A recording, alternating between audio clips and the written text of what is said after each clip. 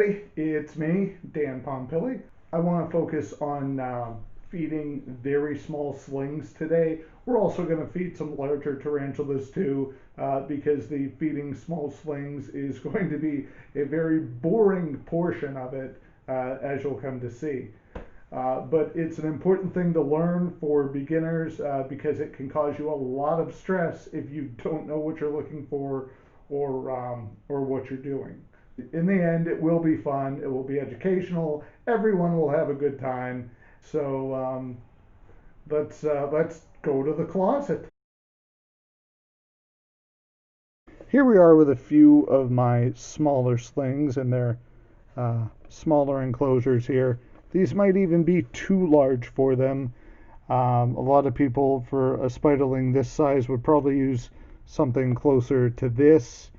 I think that's a 5.5 ounce and or even smaller, like a 2 point something ounce. But I put them in these, and I'm able to keep track of them. The biggest problem with putting a very small spiderling, you can see that's my teeny tiny Phormictopus calcodes.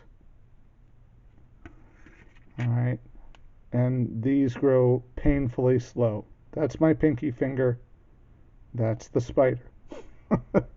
So you get an idea how small these slings can be when you first get them, and you know, when you have something like this, an A. calcodes, or for example, my G. rosea, who only molted for the first time in my care maybe 6 months ago and is still incredibly tiny. You'll see it. I'm not going to take the lid off till I'm ready to feed it because it gets pretty active. And it did try to get out several times. And in fact, it did crawl on my hand a few times when it was in its little vial when I opened it up to feed it. So I learned about this problem pretty early on. The first two tarantulas I got were, of course, Indra right there, and then Anansi right here, who is my Lasiodora parahabana. And you can see Anansi is probably, I wouldn't quite say a juvenile, maybe a large spiderling right now. And Anansi was probably about as small as that A. calcodes. Now the problem with these guys is you really cannot tell when they're eating. It's just very, it's not noticeable. With Indra, you know, a tarantula that size, you put that feeder in there and it's gone instantly. And even as about a 1-inch spiderling, she had a great feeding response. But Anansi, my LP, was significantly smaller, and so it was very difficult to tell if the sling had ever eaten. So what I'm going to show you is the best way to solve this. Out here. Okay. Put a piece of cardboard down, because what we're going to do is we're going to take out a mealworm. Okay. There's a mealworm. And then we're going to take out a scalpel. You probably see where this is going. First thing you want to do to be extra safe is cut off the head, because some people might not know this, or they might not tell you this. Mealworms and superworms, just like crickets, actually have pretty strong jaws, and for a small spiderling, they can be dangerous. So you want to cut up the mealworm. I take the heads off, and then you cut it in half. All right. So once you've done that, then you take your tiny spiderling, you open up your enclosure here. Here's my G. rosea. Okay. And you can see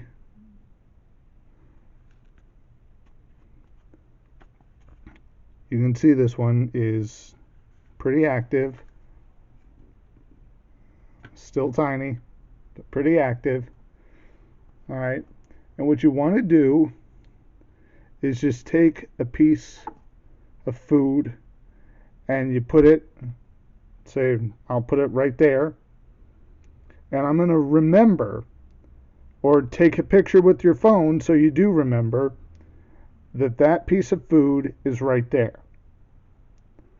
Okay? And you see, the sling is not taking it right now. Probably a little uncomfy with having the lid off its enclosure. But you're going to find with the small spiderlings that they usually will not take the food right away.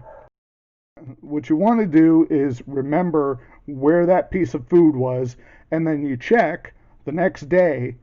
All right, give it 24 hours. You check the next day, and you see if that food has moved. And that's how you know if your tarantula, if your very, very tiny tarantula sling has eaten. You give them something small, like a piece of a mealworm. We're going to do that for this one too. I'm going to put it right here. Put it right there by that piece of wood there. Okay. And then you just put your lid back on, and there you go. One mealworm, 2 spiderlings. There you go. Go ahead and do the same thing here. I've got my very tiny Brachypelma albiceps. And who else are we going to feed that's really small? Oh, Nandu tripepi. You'll remember this one from the unboxing video as well. Not sure where that little one is. I'm running out of tiny tattoo ink cups. You know, you wash them out and they make really good water dishes for tiny spiderlings. So what I did was I took a vial and I kind of tilted it toward the back there, and I put it in and just put a bit of water in there.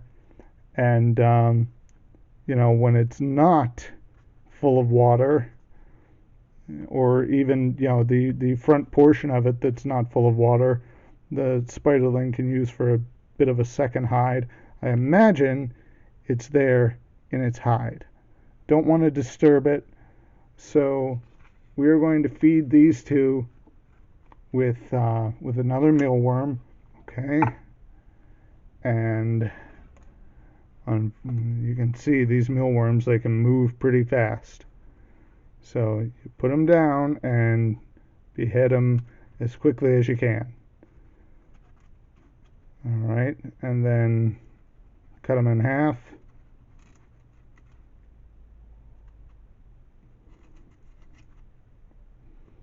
I know you might think it's cruel, but it's what you have to do for your spiderling. So I'm going to go ahead and put this piece near the mouth of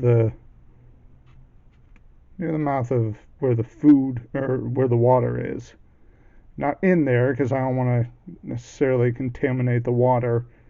But it's only going to be in there 24 hours or less.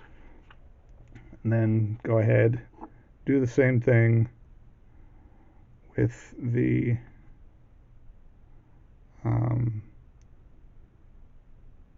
Brachypelma albiceps. I'll put it right there in front of that leaf. Okay. And I will know when these guys, when these guys have eaten, or if they have eaten their food. So that really is all there is to it. And what I found once I learned this trick with the LP was that I felt much more confident that the spiderling was eating, so I didn't have to stress out about it too much. This one has now molted, I believe, 6 times since I've had it, since January 29th, 2019. So we're coming up on not quite 2 years, but I've had this one for quite a while, and you can see it has grown. And when you see that happening, when you see the food moving and you see the sling, the first time this one molted was a red letter day for me. And I was just so excited because I knew that I was actually taking care of it properly and keeping it healthy, keeping it fed, and it was growing. And that's what you want them to do. So that's how you make sure that happens when you're dealing with a very, very small spiderling. But as I said, feeding the small spiderlings is probably the least exciting or sexy part of dealing with tarantulas.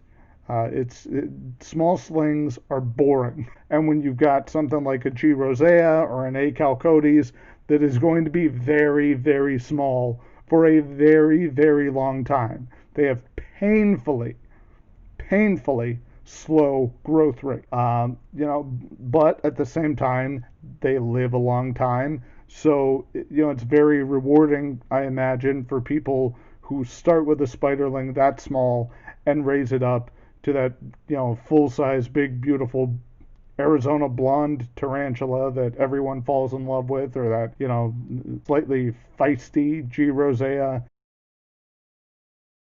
And we are going to start off with the girl herself, Indra. I'm just giving her some water right now. You can't quite see that in the shot here, but now a lot of the time what you'll find is when you're trying to water your tarantulas, they might get feisty and even slap at the water dish, things like that. But if you feed them first, you can distract them so you're able to get to the water dish. But I'm going to feed her a red runner. There you go. She's very happy with that. Let's just see in the top there. See if I can get her to come out. There she is. Getting a bit of a glare, but you also get a good view of her. And green and orange and blue. GBBs are everything advertised. Some people might jack up the saturation on the photos. They really don't need to. Just a beautiful, beautiful species from spiderling to adult. Very feisty, very speedy, not shy about kicking those hairs. Okay, the next one we are going to feed is one of the best tarantulas for feeding response. This is Marvel, my Acanthoscurria geniculata. And there you go. Took that right off the tongs. And they get very large too. Big spider, big attitude, big feeding response. Beautiful color. No wonder people love them. Another one with an excellent feeding response. My Nandu chromatus. Noro. Kind of missed the shot there. Sorry about that. Beautiful tea. Big attitude. Great feeding response. A lot like the A. geniculata. Alright, we are going to feed Anansi, my LP now.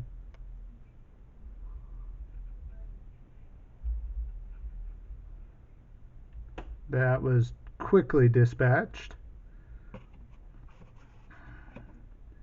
And you can see, sorry about that, the lens cover was dangling there.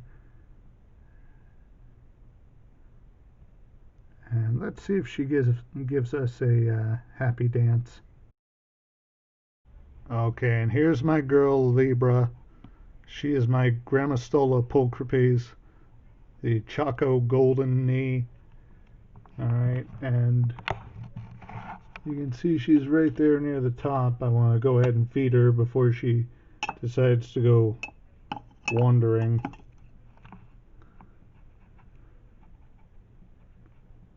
There you go, girl. She's actually one of my favorites, and it's just because she's really pretty gentle. Every time I open the enclosure, she's curious, and she'll move about a bit. She hasn't kind of put on displays. You can see she's a good eater, and she also loves to rearrange her enclosure. G-Pulchripes are known for being little bulldozers, and that's what this one is. Surely you remember this girl from the first video. This is my Phormictopus species South Hispaniola. Tried to give you a feeding clip in that video, but didn't get the takedown, so we're going to give you the takedown here. And there she is. A little bit closer view. She's definitely one of my favorites. That attitude, you can see her wrestling that superworm. She doesn't put up with anything. She's hiding under that greenery, though. I'd like to get her to come out, but I know better than to mess with her at all, let alone while she's eating. So there you go. Phormictopus species South Hispaniola. And now here's a bit of a treat for you. This is my Phonopelma simani, mature female. Quite the attitude on this girl, and I'm going to give her a super worm. She recently molted out, went from being a brown or tan color to a beautiful blue. She's starting to kind of darken back up. She's down in there. See if I can tease her out. Get you a look at her. Come on, lady. Here she comes.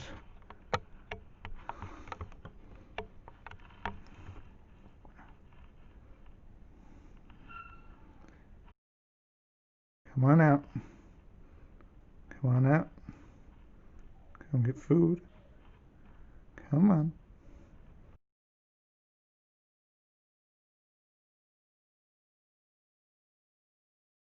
And here is another Phormictopus. This is my Phormictopus auratus. And, yeah, now I've got a problem. That's why you always have a catch cup ready, because that can happen. So, and see, we're learning things all the time. I didn't realize just how big that one was until it did that. So we'll get a tutorial here on how to catch a stray tarantula.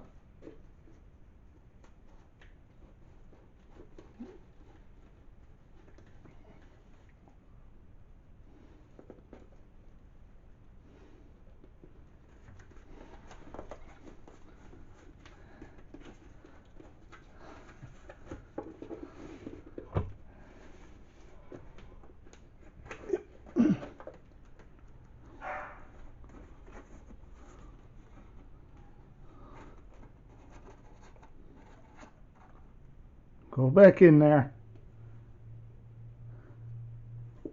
You go back in there. Okay. So now, as we were, to take this superworm out, and the tea is not happy. Nope. And that tea is really not of a mind to eat. So we're going to put the worm back in and put the enclosure back on before we end up with a Phormictopus on the floor again. Someone doesn't have an appetite. Okay, so that was quite an adventure, wasn't it? That Phormictopus escape was certainly something. Uh, Definitely not what I planned to shoot, but with tarantulas, I think it's probably safe to say most YouTubers, I imagine, would agree that the video you plan to shoot is, I wouldn't say rarely, but not always the video you end up with. And that was a great example, but you got to see how unpredictable tarantulas can be. Like I said, I hadn't really had much interaction with that spider since its last molt, so it had been pretty laid back, and you can see a great example there of how their temperament and their attitude and their behavior can change from one molt to the next. I never would have expected that, even though it's a Phormictopus, I would not really have expected that from my specimen of P. auratus. But from one molt to the next, different spider. You got to see, what happens. They can get out. You want to be careful because that could have gone very wrong. If that tea, if I flicked those tongs, I may have tossed the tea. It could have hit the wall. It could have hit the floor harder. And they are, for as strong as they can be, for as feisty as they can be, they're also very fragile creatures. So you want to be careful because their abdomen or their carapace could be easily ruptured in a fall. Thankfully, it was close to the floor. It, really kind of skittered over the edge there as opposed to being thrown. And so, everything worked out in the end. You just never know what's going to happen. But I hope you appreciated the information on feeding the small spiderlings. That, for a lot of new tarantula keepers, is going to be some vital information. I wish I'd known it going in. You're going to be frustrated when you have these small spiderlings and they are just, they're not they're not eating, or it seems like they're not eating. So hopefully that helps you out, and hopefully you enjoyed some of the other feeding clips. So just always do what you can to get in there, do what you need to do, feed them, water them, check for boluses, do it efficiently, try to disturb them as little as possible, because as we saw, you just don't know how they're going to react sometimes. They are wild animals, and we have to respect them. We have to respect their space. So I thought it was a fun video. I hope you enjoyed it. Thanks for tuning in to Indra's Web. I'll see you guys next time.